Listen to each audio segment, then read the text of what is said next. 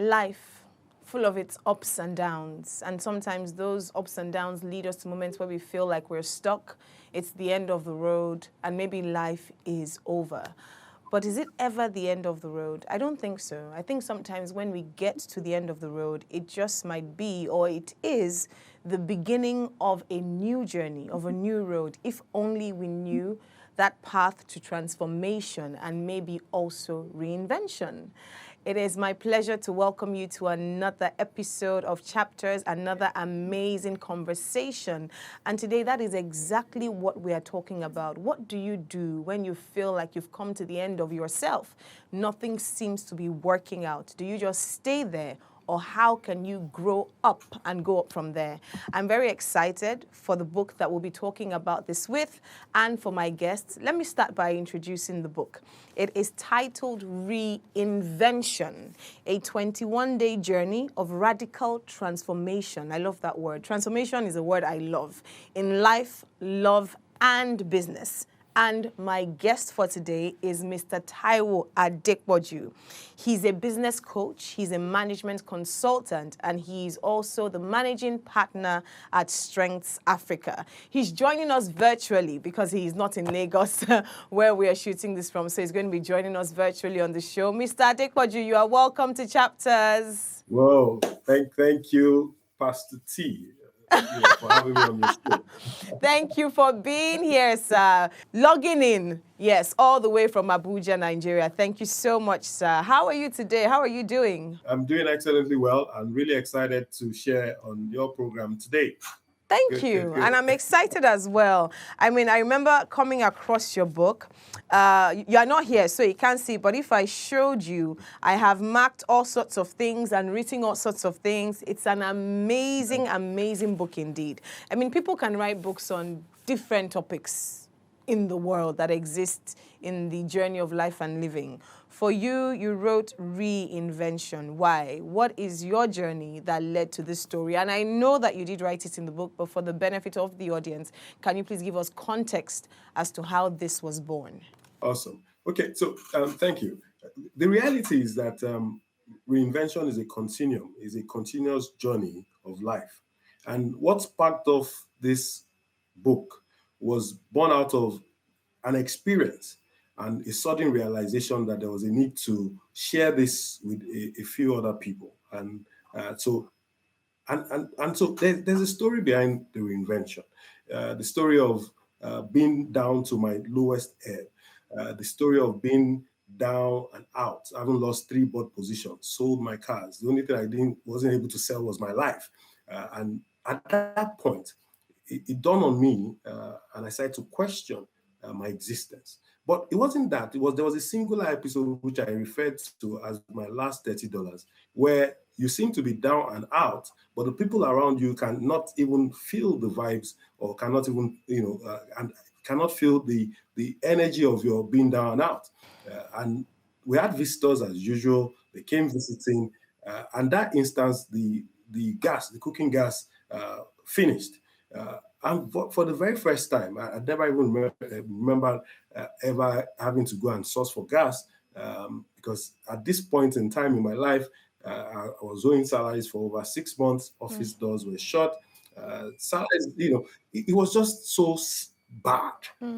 Yes, so I managed to carry the gas, and in carrying the gas, I started to, almost start to cry. And in that instance, I looked up and started to ask, what did I do wrong? Anyway, I managed to get off to and found the place where cooking gas was being sold. I had an interface with the owner. He saw me literally crying, and he was like, "Hey, sir, even though this money cannot, pay for the whole feeding of the gas, but I understand. Please just go with the gas, and maybe at some point when you are healthy enough financially, you might just remember this moment."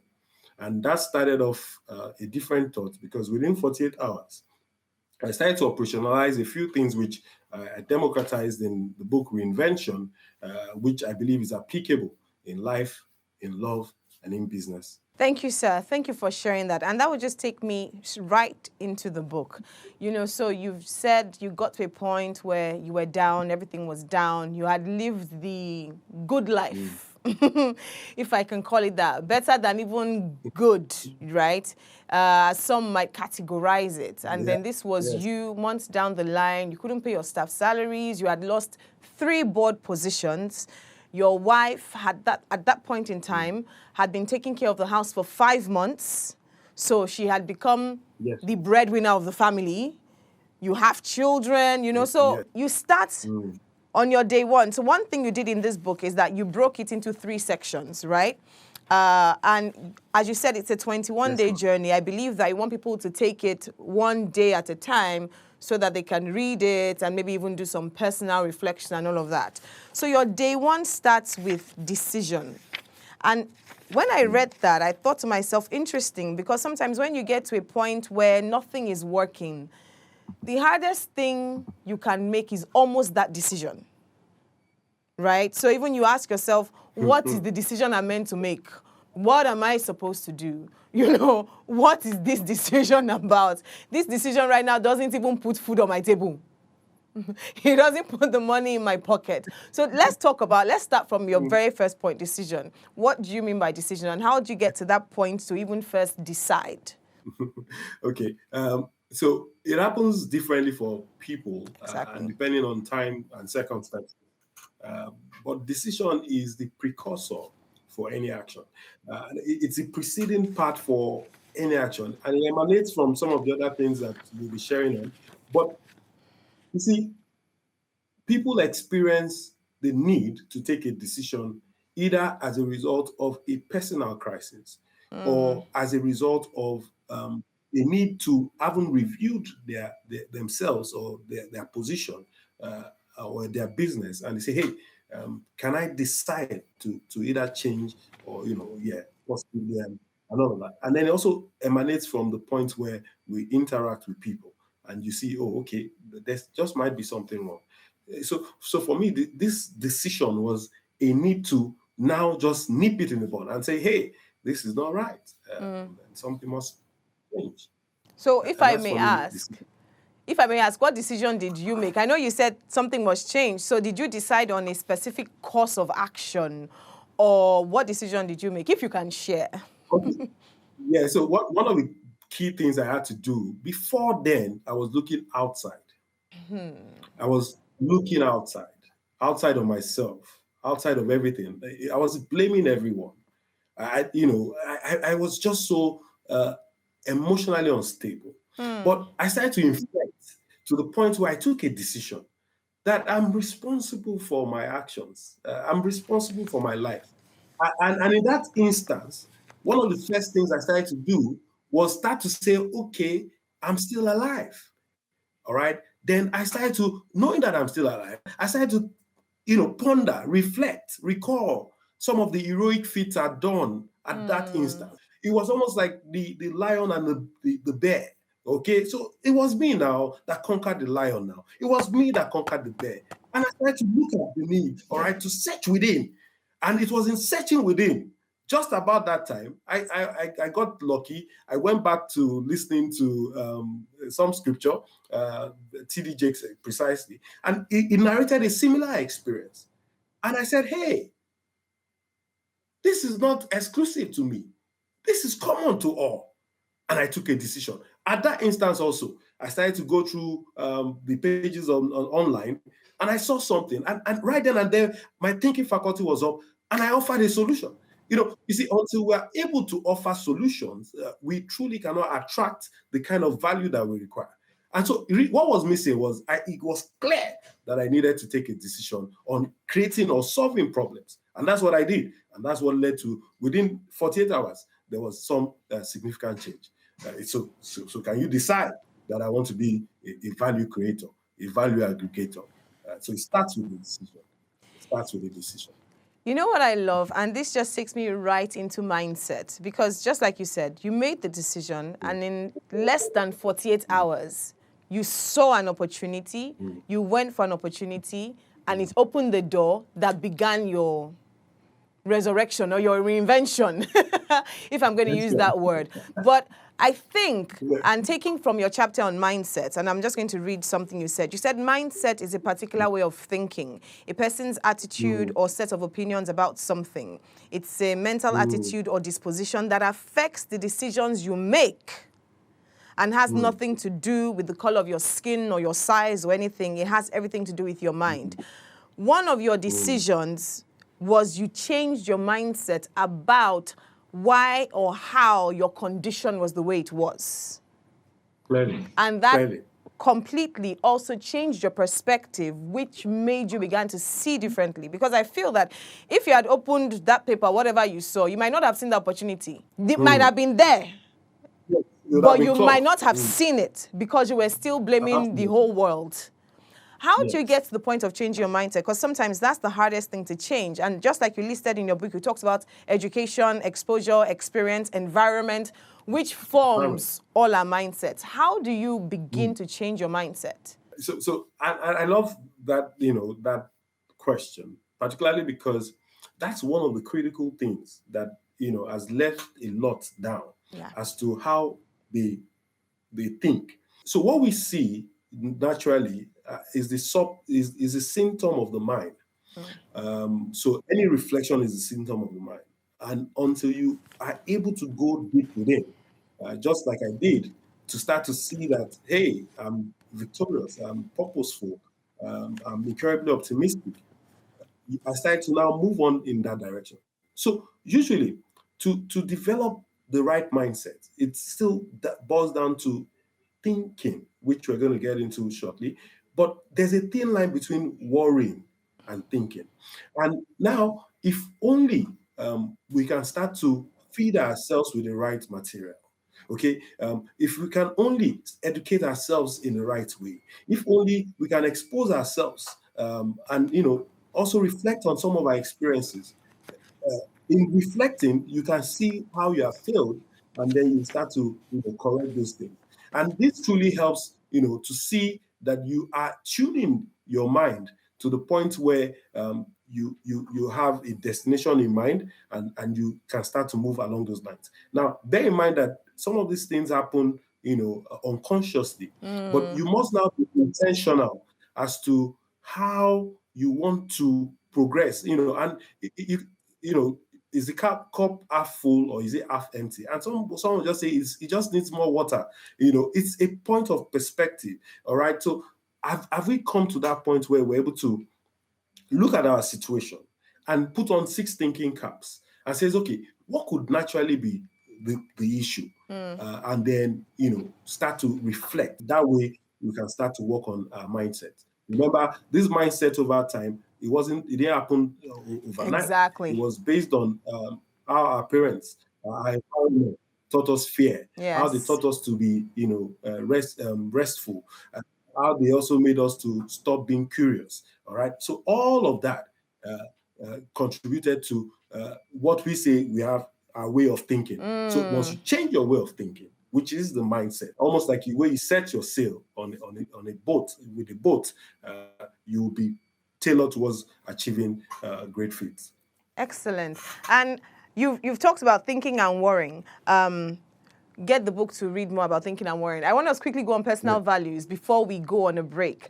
I personally liked that chapter because, just like you said, we think about career, values in your work. Your workplace has values. These are the 4 core values of my office, this, financial and all of that. But when it comes to personal values, that's not necessarily something that you sit down and say, okay, Toyin, what are your personal values? Talk about that and why that is important. So this is very key. The personal value I liken to the pillars that hold the building. And when trials and temptations, when they hit you, your values will help you stand through. Now, for me, my personal values are embedded in an acronym. And this was also born out of a discovery of oneself. You see, until you discover yourself, until you take deliberate effort in discovering yourself, that's the only time you begin to commence that journey of developing yourself. And this journey leads to somewhat of self-mastery. And there's really no self-mastery because, like I said, it's a continuous journey. So when we now start to talk about the values, so for me, my values are embedded in choices. And that was born out of the fact that I soon realized that I have a choice. And this choice is an acronym, So for me, candor or utas, as the Jews will call it, I move without fear or favor. All right. I realized that I lacked a semblance of humility and hope. Okay.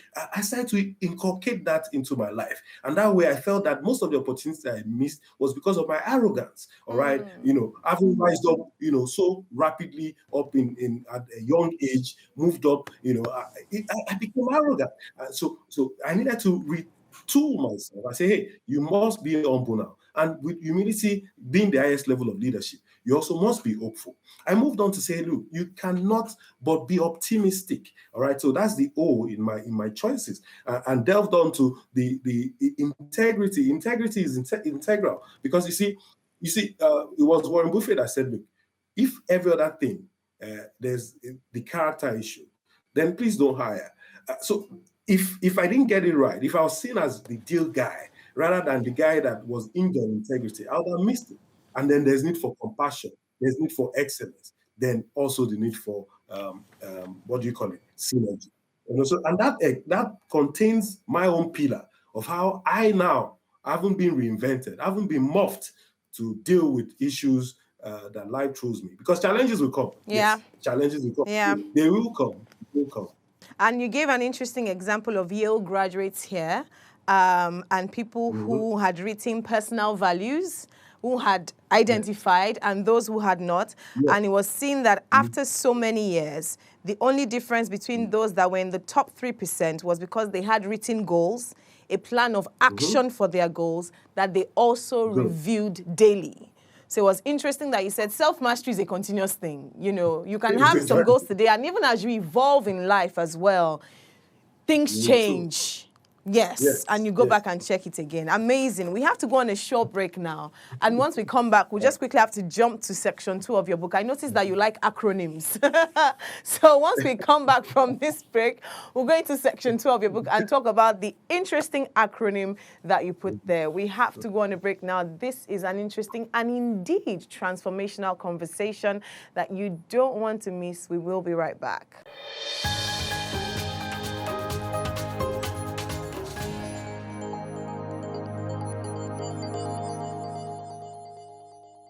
You're welcome back to Chapters, and today we are talking about reinvention, something that I believe we all consistently have to do every, I don't know, maybe maybe scientific, every 10 years, every 20 years. Mr. Adepoju, you can tell us better. My guest is still Mr. Taiwo Adepoju, Managing Partner, CEO, Strengths Africa, and author of the book Reinvention. And I was saying before we went on the break that you love acronyms. I've seen so many acronyms in this book. I've decided I'm going to start having acronyms. But let's quickly go to section 2. So for section 1, you were focused on reinvention in terms of one's personal life. Yeah. Yes. So in section 2, you went into enterprise, money, career, work, the work of your hands and everything. And there, you started with talking about birthing, giving birth. And, I want us to just start from there as we progress, because birthing in itself is as exciting as it's as challenging. Even just like a woman who carries a baby for 9 months, you are excited at the birth, but even that 9 months itself has different issues along the way and pushing the baby out itself. So we can be excited about, oh, great, I'm going to give birth, right? But you can get to the point and sometimes talk about birthing and why it is important when it comes to the work of our hands, our enterprise, and our money. Truly, having reviewed the personal section which you talked around, there was something I talked about thinking, and thinking is espoused in about 6 ways, okay? But one of the final laps of thinking, in fact, the final lap of thinking is creating. Okay, and as we seek to create, there is also a constant need. It's almost like we're trying to launch out something. Yeah. Now, until we understand that our primary responsibility here on earth is to create. All right. Remember, even the examples we have about life as to some of the things that have happened is born out of creation, is born out of the place of birth. Okay. Until we come to that understanding that we are supposed to bet new things. We're supposed to, so it's not just, so when people hear birth, it won't just be that you are starting a business alone. It also delves into what am I doing with my career? Okay, so we're watching us now. This is a great thing, and it took time now, and it will have its challenges all the way. But you see, we have in this section now. That's one of the things we have now said. Look, yes, when you bet, there's also something that keeps you true. And that's where I talked about the foods methodology. And let's go right into the foods methodology. So food stands for focus, order, optimism, discipline, and synergy. Let's talk through that. Yes. Focus being very important because distraction is a major issue in the world today. So let's start from focus. So I'll give 2 instances of focus and when it is. So the first one is in my physics class back then, and they would carry the inflections of light of the sun ray on paper and using a magnifying glass, and somehow that lit up the paper. Okay, reason being that there was intense focus, and so that's the role of focus. Now, focus also in terms of you see racing horses. Okay, what they do is that they have like shutters that enable them to avoid the distractions from left and right, and they're able to run through a race. Now, in life, one of the things that we need, even in this particular time and season, is focus. Yes. Okay, focus is almost like intrinsic to survival. There are too many forms of distractions everywhere, and so even for business, one of the things that you must also understand, and the underlying ingredients for success, is that you must be focused on your business, focused on the business rather than focused on what is going on around you. And so that talks to focus for me. But I also love something you mentioned in the book about learning to say no. So there's focusing on your task, but I hadn't really thought about focusing that. And you talked about something Steve Jobs had said, that people think focus means saying yes to things you've got to focus on, but that is not all there is to it. It also means saying no to the 100 other good ideas, not bad ideas, good ideas that are there. So you're trying to do something and someone comes and says, oh, this thing you're doing is amazing. Oh, do you know that if you add ABC to it, it can be better? But ABC really is not what you need. It's an amazing, great opportunity. But just the ability to say, you know what, this is the work of my hands now. Let me stay on this now. Even these days of side hustle, you have a job and then someone say, oh, side hustle, because it's not a bad thing, right? But if, like you said, you've already determined what your personal values are, per time, per season, that will help you also focus on what is necessary as well, per time, per season. So I found that very amazing. I said, innovation is saying no to 1,000 things. I was like, wow. That is quite powerful. Absolutely. That's actually powerful. Absolutely. And then you went into order. And these examples are also from nature and even from creation, as to in the midst of crisis, you must declutter, you must bring order, you must unpack. And order, almost like Benjamin Franklin also depicted, he started to talk around the need to create a life that has a routine. Okay. Now, look, those routines, have brought in some order, such that even when there seems to be crisis, this must first be attended to first, because that way I'm able to prepare, I'm energized to address the issues of the day. So order is key. Order your office, order your space, order your wardrobe. Okay. And like earlier on today, I usually wear my white shirts, and somehow I realized that there was a blue shirt, And I had to call them. I called the dry cleaners and say, hey, there's supposed to be a next white shirt after this because I have ordered everything. So I'm not one that is looking for, and I'm not bothered. It's almost like I put order into my life to the extent that it must be white, white, white, white. Okay. So can you just not waste my time?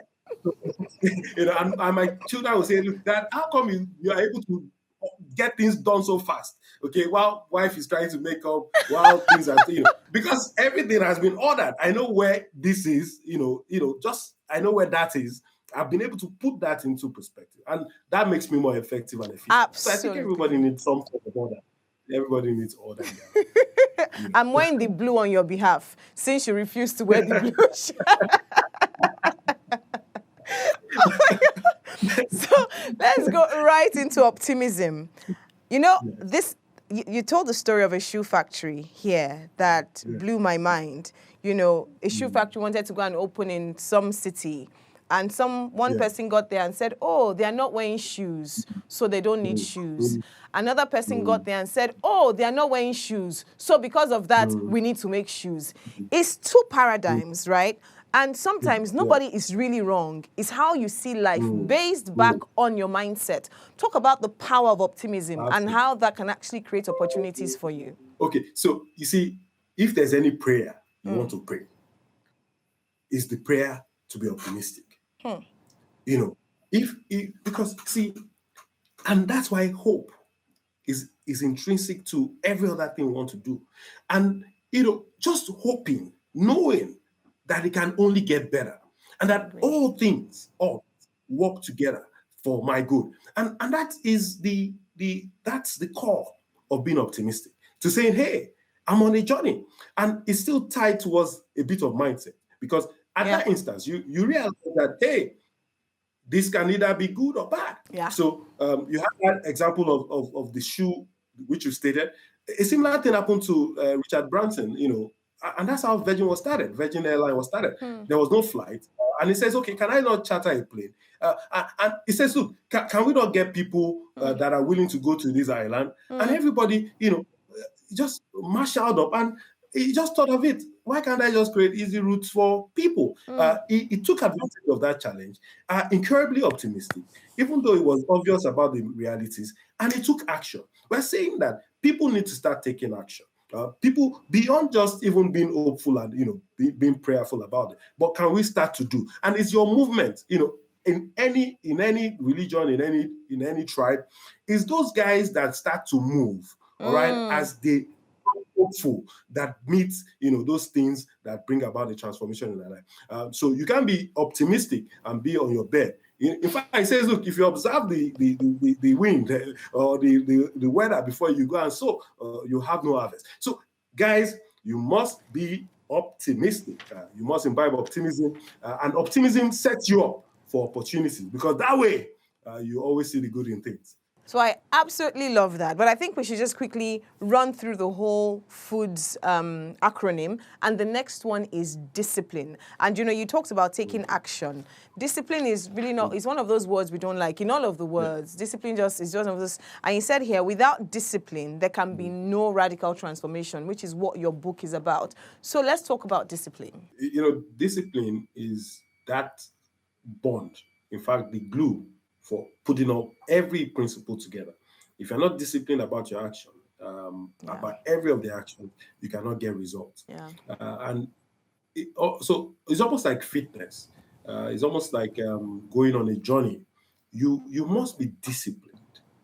And discipline is around three key elements. Discipline around you must express discipline with your mind. You must experience discipline, okay, with your body. And then you also must experience discipline with your spirit. And until you're able to bring your system, your entire body, to the point where you tell it, don't move, you are able to curb your appetite for every other thing. Everything is still inked on all of this, even though I espouse that in the talk section. But discipline is that glue that puts everything together. The ability to wake up, rise up, take action, move. And it's just not just about moving, it's about being consistent. It's about being frequent. It's also about being intensive. The reality is that discipline is aimed on consistency, always showing up. Okay, so it's also you go and check it out now. There's no billionaire right now sleeping on his bed. Even if they're sleeping, they are consistent about the actions that produces money. The guy could be an artist, he could be a football player, but he's consistent. So it won't be about whether it's morning or afternoon or evening. And that's where a lot of people miss it. But we're saying that, can you be consistent with what you're doing? So how are you channeling your discipline act, all right, to producing wealth? How are you channeling it to your marriage? How are you channeling it to your relationships, your environment? So it's okay to know the principles, okay? Yes, I want to be disciplined. In fact, I'm disciplined. I show up this. But are you applying it? And just so that I know you're definitely going to be talking about the foods methodology. So there's the element around synergy. Excellent. Who do you surround yourself? Yes. Who do you surround yourself? Association. So Stephen Covey, one of my mentors, late now, but is indelibly in my mind, talked about the term synergy. And he says 1 + 1 is equals to 8. From this scripture, I'm a Christian, and I believe that one, and is there in the scripture, convicted by that word, that 1 will chase 1,000, 2 will chase 10,000. So the power is in the web effect, almost like the spider. With that network, is able to hold, and ensure that nothing frays through. Now, a lot of people underestimate the essence of synergy. In this time and in this era, it's called social capital. So you probably, some guys spend $1 billion to achieve certain things, but with synergy, I probably will spend $1 million, just to be able to achieve those feats. Synergy is also aimed on building. It is what keeps the fabric of society, because you see, you can't exist in isolation. Yes. So cure yourself now. Cure yourself that you know it all. No, in fact, it also lets you understand how you are, how how you are just exposed to the point where life can happen, and then you need people around you. So social networks. Right networks, right associations, okay, right access, then you develop this and nurture it, and that determines how well you've been operating synergy, okay? Excellent. Does that cut it? It totally does. And I also love the fact that you talked about differences, in terms of synergy, because sometimes we like to surround ourselves with people that are like us, are kinds of quote-unquote people, but you also said here, valuing difference also drives synergy. You also need people that have strengths that you don't have, people that sometimes are even better than you in certain areas that you feel you're good, that can also pull you up. I love that. And you said here that synergy is the habit of creative cooperation. It is teamwork, open-mindedness, and the adventure of finding new solutions to old problems. You cannot do anything alone. We have to do it all together. And I absolutely love that, because I think in this day and age, collaboration is a word that we say a lot, but the more that we explore what that means, the more that we can do big things together, right? And I think that's just amazing. We need to go on a short break now. And when we come back, we just go straight into part 3 of your book, where you talked about the key to sustaining this process. It's one thing to reinvent, but like we always say, maintenance culture is important for each and every one of us. So after the break, we'll come and talk about that. So we're coming back to talk about, after you've done all of these things, how do you maintain it so that 5 years, 10 years, 20 years down the line, you are still evolving and going higher? We'll come back after the break to talk about that.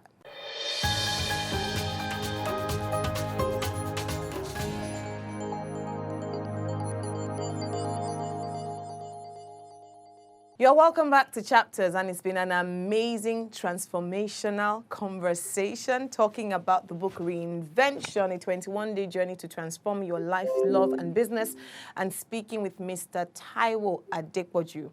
And just before we went on the break, I mean, we've talked about amazing things in the first 2 sections, but obviously we need to be able to sustain you know, so that these things, if you've been disciplined, you've put order, focus, you know, values, all of those things in place, how do we ensure that these things can continue for years and even generations after is very key, you know, and you went into that as well in your book, starting with balance. And I thought that was interesting. So let's just talk through, in the little time we have left, some of the concepts you talked about in this third part.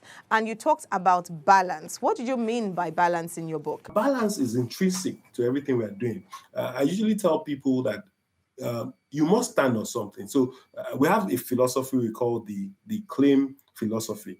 For you to have balance, you must have clarity. You must learn about what you're about to do. You must be able to align. Alignment is key. You must have introducing new things or interventions, and then you must monitor and manage.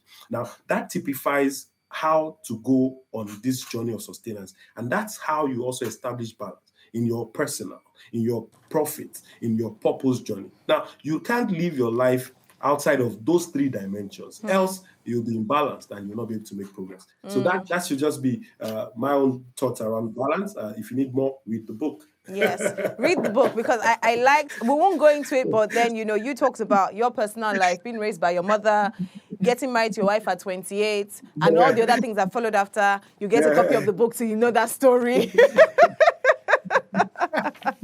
Because I thought that was very instructive, very instructive. But like I said, we will leave it for those that take the extra step in action and discipline to buy the book. Let's go to diet. The importance of what you take in, very key. And that in itself even led to another acronym. I've said your book was full of acronyms.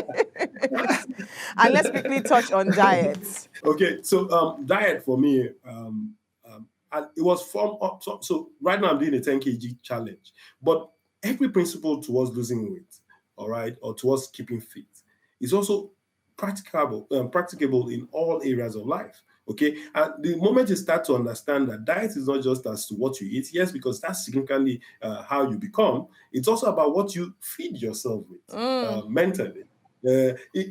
So what do you do? Because so in that acronym I talked about D, all right. So it's doing now. Doing, it's the place of doing. It's the place of indulgence. What do you expend your energy on? Because you see, it's almost like wherever you expend energy on, it feeds you back. So if you're expending your energy negatively, you get negative energy, and then you start to talk about timing, and every other thing. But one of the things that is instructive about the diet methodology is the bamboo story, where somehow your environment will tell you you're not doing the right thing. People can tell you you're not being fair. Are you being stupid?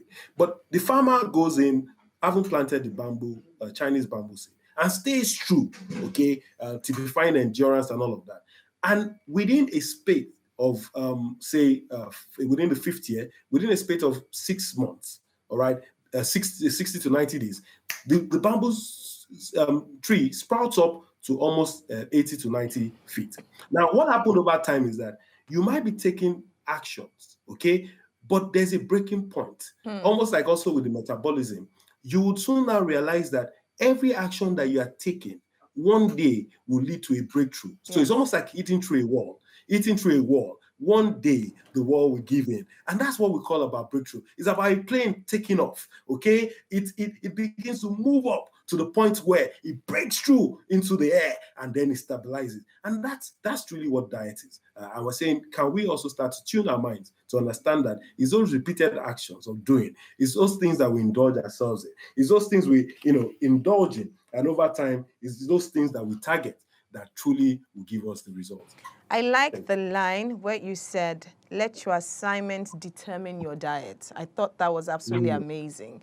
Because when you talk about things that you feed on, the people that you follow, even on social media, for example, constitute your diet, constitute your mental diet. Yes. The things that you read, the things that you watch constitute your mental diet. So if you're assignment focused, which would go back again to values focused, this is what I'm about in life, this is what I'm seeking to achieve, then it determines literally how you live your life, and sometimes it's also very subconscious, and we do not realize, that just a scroll and you just see something has added to the carbohydrates you've taken for that day, your mental carbohydrates and protein, vitamins, which really affects our lives. So I thought that was very, very, very, very powerful. And just, quickly rolling on now, we've already talked about people, so I'll jump past network. And let's just go to making a difference. Your chapter 19. Mad. Yes, mad. And so, it says the reasonable man, all right, adapts himself to the world. But it's the unreasonable man that adapts the world to himself. So, you see, I wake up every morning as a public enemy. You see, look, the guy that is leading the orchestra must back the crowd. So you must come to the understanding that for you to conduct the team from turning the noise to a rhythm, you must now come to the point where you cannot just be following the bandwagon effect. And that's the core. That's the core. That's the core of making a difference. And making a difference is that I'm unique. I'm gifted. All right? I have been imbibed with all good kind of gifts, okay, beyond the gift of the spirit and all of that kind of gift. And this gives me the ability to be able to make a difference. I'm able to slay, like the common factors we say, slay on my lane and by staying on my lane. And I'm not looking at what's happening in A or B. So it's almost impossible until it's done. You just must know that it starts with you being understanding yourself. And this journey, like I said, is based on your understanding of yourself, and it's tied to, fully coming into tandem with who you are. And that's what making a difference encapsulates.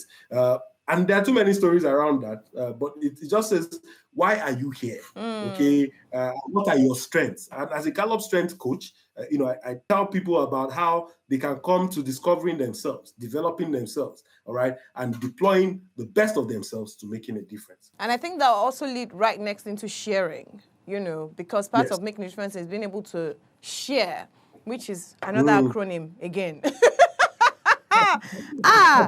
You are the master of acronyms. But I like that because, we are in a world now where it's very easy to be self-absorbed. And it's very easy to just think about yourself, your life, achieving your goals, blowing and all of those things without necessarily seeing things like service and hospitality and being there for other people as important, which is in itself making a difference. So what would you say about that? Yeah. So to share, so I how did I even come on to reflect on it? Remember I told you about my arrogance.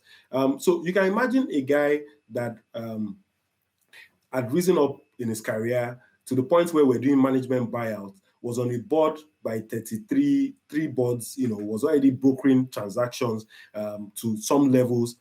And so there's this dint of arrogance. Then I read one book, and so that's why you also must be careful as to what you read. And that book typified that. He said, get all you can all you get, and sit on the can. It therefore meant that I was almost like a demigod. So if I had any information about things happening, I'll keep it to myself, because I know that if I share with anyone, the person is likely able to democratize it. But I didn't understand that until I also came back to Stephen Covey with his 8 habits, where he's talked about I should have a voice. And then also on a pilgrimage, I soon realized that, hey, the Dead Sea is dead because it has no outlet. All right. And that's why nothing can grow. So it's important that we begin to share.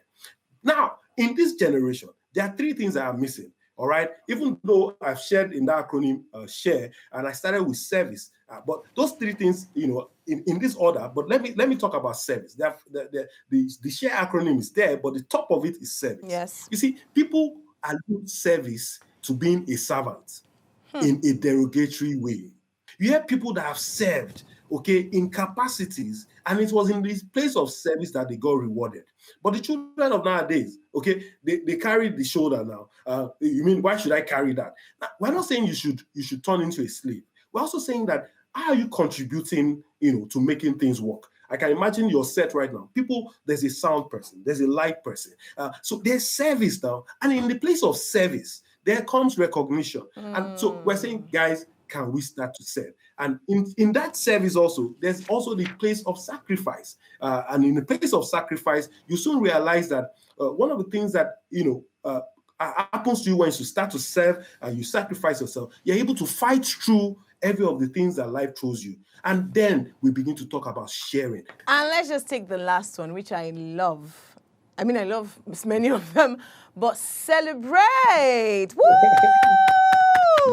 Let's celebrate ourselves. And what I love that you wrote, you said in reality, you don't need to wait for an occasion before you celebrate. Because many times, sometimes the ability to even get to a point of decision and all of these things, when you are in a down moment, is that ability to even celebrate, even if it's just the fact that you woke up that morning, that there is breath, is enough to say, okay. You said people celebrate for many different reasons, so you can find one. Even life itself is a celebration, and every day is worth celebrating. And it might just be that input of celebration that then gets you alive to say, okay, let me decide. Okay, let me start this journey again. So talk about the power of celebration. You see, look, a merry heart doeth good like medicine. And that's the hallmark of celebration. You don't see, when you learn to celebrate even the short, the small, the little, you begin to create room for enough. Okay, where I come from, and the southwest of Nigeria. So you have people thanking you for yesterday, thanking you for thank you for everything. But we have misplaced that value now. Now, with celebration also is an acknowledgement that it can only get better. All right. And so it's a merry heart. And I love celebrating. All right. Everything just gets me excited. I'm excited and I'm celebrating the chapters. I'm excited for the connection with I'm excited for the team. I'm just excited about today, and everything could have gone wrong. But you know what? We've just got it. And just celebrate. Oh my God. And if you're watching this right now, just take a moment to celebrate. Just that you're watching this, please celebrate. Celebrate yourself. Celebrate the people around you. It is very important. Thank you so much for this amazing conversation, sir. Before we go, where can people get copies of this wonderful book? Okay, so the book is available online. If you go to www.taiwoadepoju.org, you get the links there. Or you go to my Instagram, TIZ Adepoju. You probably just see a link that takes you straight to the book. And it's on Amazon. It's on Amazon. I was going to ask you, yes. Okay, so anybody around the world can get it as well. Yes, excellent. yes. Excellent. Thank you, sir. Thank you so much for being here. We have pushed through technology in the midst of its freezing and unfreezing. We celebrate. Thank you. This has been wonderful. And I know that anyone that watches this, especially if you're watching this, and if you've been through or you're presently in a downtime in your life, I think that this is a book and this is a journey that will certainly help you get back up. All of the principles he has taken us through in 21 days are real principles for life and living that work. They worked 1 billion years ago. They will work 1,000 years from now. And I'm just going to conclude by reading something he also wrote in his conclusion. And he said, the journey of reinvention is a never-ending flight. The reinvention journey is a constant, right? Even if you think you're high, there's always a higher and a next level. Therefore, never stop reinventing yourself. I want to thank you for watching today's episode of Chapters. But remember, guys, it is not about what you know, but what you do with what you know. And until the next episode, God bless you. Goodbye.